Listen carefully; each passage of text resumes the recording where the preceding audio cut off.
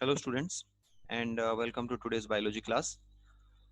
So in today's class we will be discussing about the genetic code. This is a precursor course before getting into your translation process. तो translation process समझने से पहले हमको ये चीज समझना है कि आरएनए में जो आपका न्यूक्लियोटाइड सीक्वेंस होता है AUGC का वो किस तरह से एक प्रोटीन में कन्वर्ट हो सकता है. How does it express a specific kind of amino acid. हर एक कोडॉन कैसे एमिनो एसिड को कोड करता है.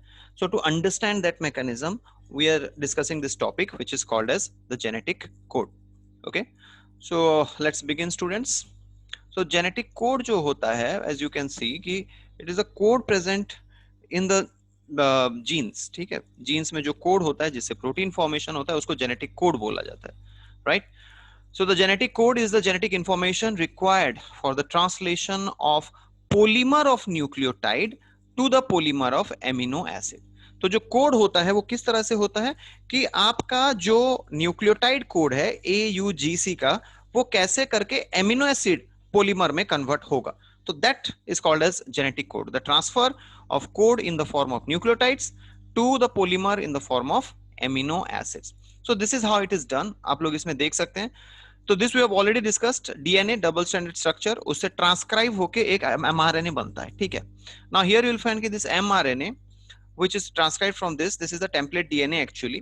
तो हर एक ATG, CTA, GGC ये जो है हर एक एमिनो एसिड के लिए कोड करता है ना. ये जो एमिनो एसिड के लिए कोड करता है each of them will have a respective RNA. तो यहाँ पे बीच में एक RNA आ जाएगा ना. that will act as the code. The RNA sequence or the codon sequence which will be present will act as a code. ठीक है.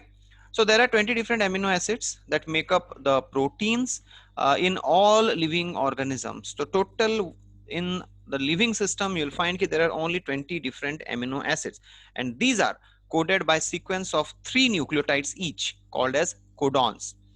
तो एक एक कोडॉन एक एक एमिनो एसिड के लिए कोड करते हैं. To be very simple. ठीक है.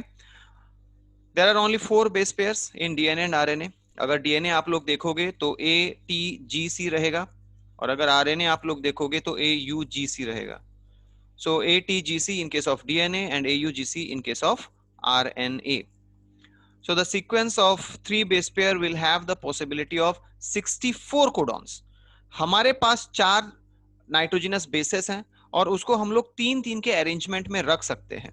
So the possibility becomes 64, that is 4 nitrogenous bases to the power 3. ठीक है, ये एक फॉर्मूला है, आप लोग याद रखो. 4 to the power 3. So 64 codons are possible which will code only for 20 different amino acids. तो टोटल हमारे पास सिर्फ 20 amino acids हैं. तो 64 codons will code for 20 amino acids. So that being said, आप ये एस्टिमेट कर सकते हैं कि हर एमिनो एसिड को मोर देन 1 कोडॉन कोड कर सकता है. Okay, now this is the total sequence of those 64 codons which are coding for 20 different amino acids. तो आप लोग देख सकते हो इसको इस तरह से दिया गया है.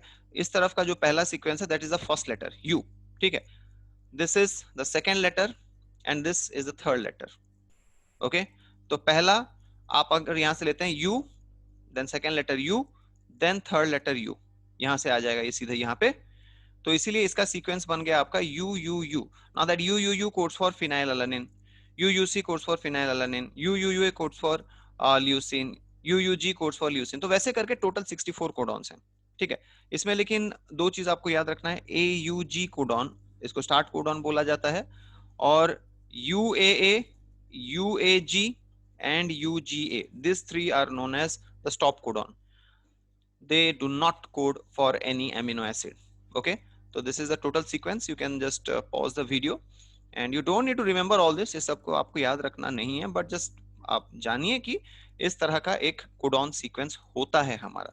So all the 20 amino acids will be coded by 61 codons because 3 codons जो हैं UAA, UAG and UGA, they are stop codons and they do not code for any amino acid. So total 61 codons will code for 20 different amino acids. Now let us see what are the general features or properties of genetic code. सबसे पहला genetic code का property होता है it is triplet. Triplet मतलब वो 3-3 के sequence में ही पढ़ा जाएगा. It will be read in the sequence of 3. Okay. So 61 codons code for 20 amino acids and 3 codons do not code for any amino acids. As we have already said, they are the stop codons or the nonsense codons. But they will always be read in the sequence of 3. UUU, UAG, GAU, CUC, 3 3 each. तो इसको बोलते हैं triplet. The genetic code is unambiguous and specific. That means one codon codes for only one amino acid. तो हमेशा एक codon सिर्फ एक amino acid के लिए कोड करेगा. For example AUG. Now this AUG codon will code for only methionine. It will not code for any other amino acid. ठीक है, तो हर एक कोडॉन सिर्फ एक ही एमिनो एसिड के लिए कोड करता है.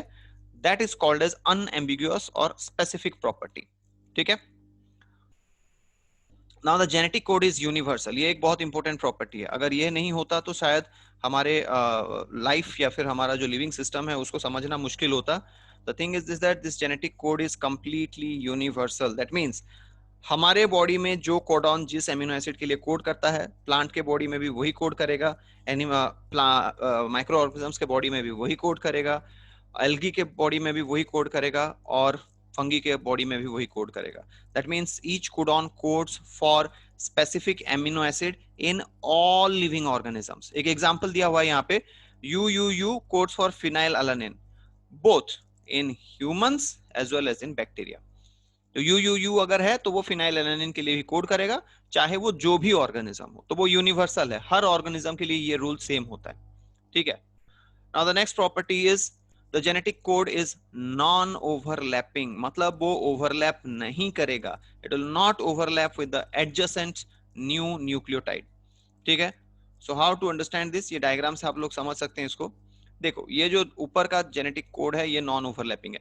मतलब अगर एक सीक्वेंस है CAT-GAT, this is a sequence of your nucleotides. तो इसमें क्या होगा, CAT एक एमिनो एसिड के लिए कोड करेगा, तो जहां पे T खत्म हो रहा है उसके बाद ही नेक्स्ट वाला स्टार्ट होगा. ठीक है.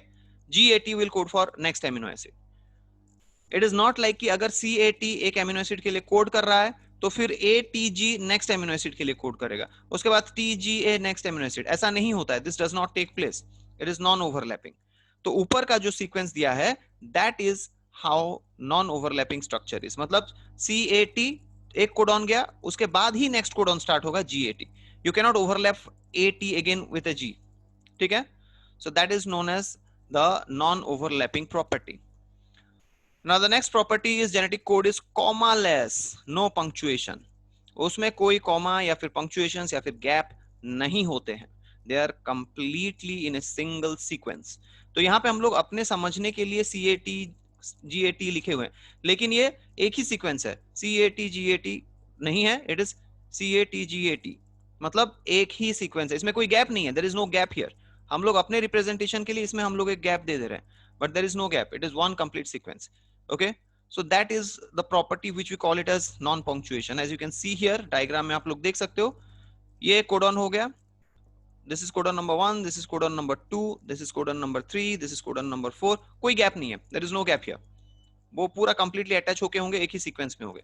तो यहाँ पे देखो, यहाँ पे कॉमा दिया हुआ है. कॉमा मतलब एक ऐसा न्यूक्लियोटाइड है जो किसी चीज के लिए कोड ही नहीं कर रहा है.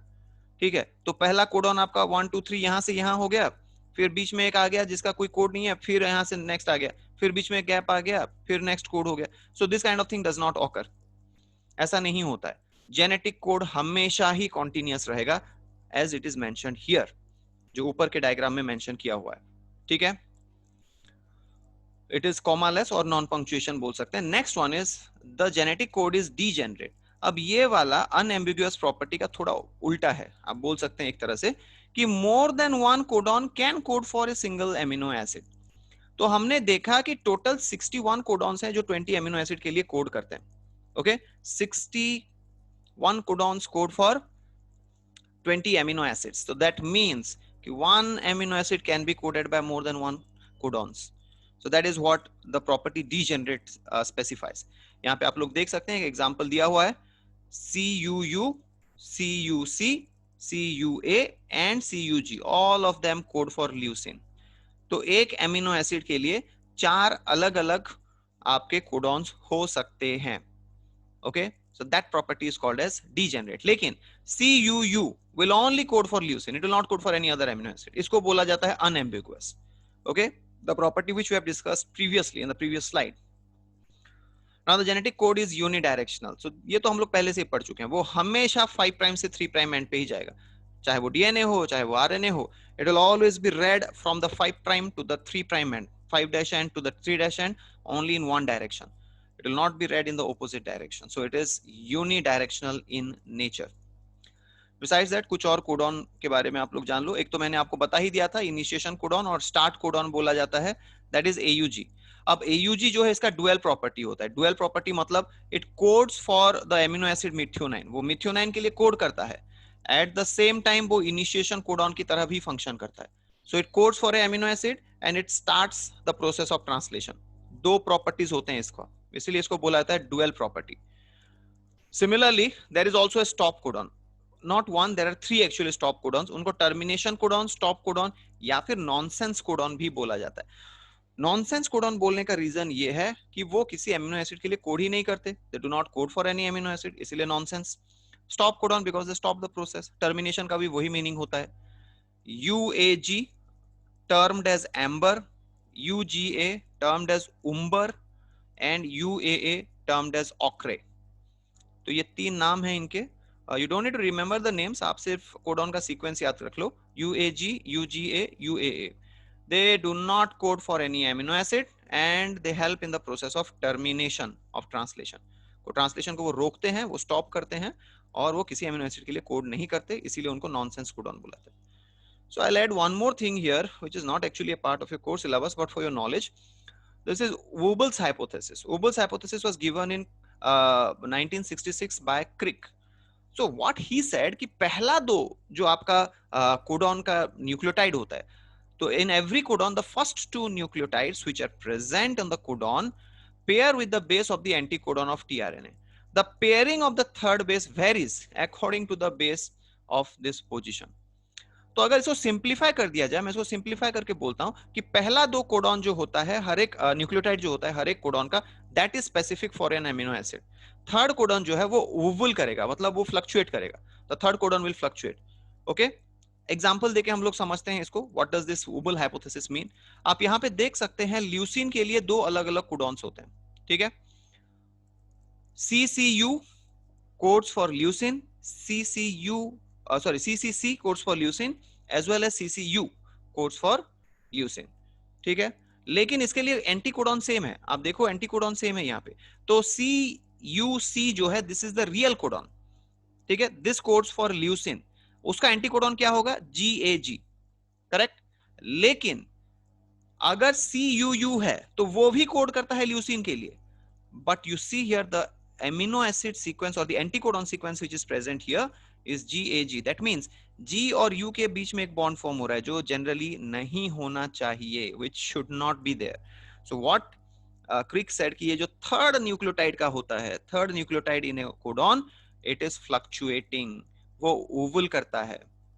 That is what is said. लेकिन पहला दो देखो कांस्टेंट है, इसमें भी कांस्टेंट है, इसमें भी कांस्टेंट है, जितना भी वैसा होगा. Wherever you will find this property, पहले दो कोडॉन्स कांस्टेंट होते हैं, तीसरा वाला जो है वो वेरी करेगा according to the base pair which is coding for it or the position of it. ठीक है, so that is called as Wobble's hypothesis. So students, this is about the genetic code, and in the next class we will move on to the process of translation.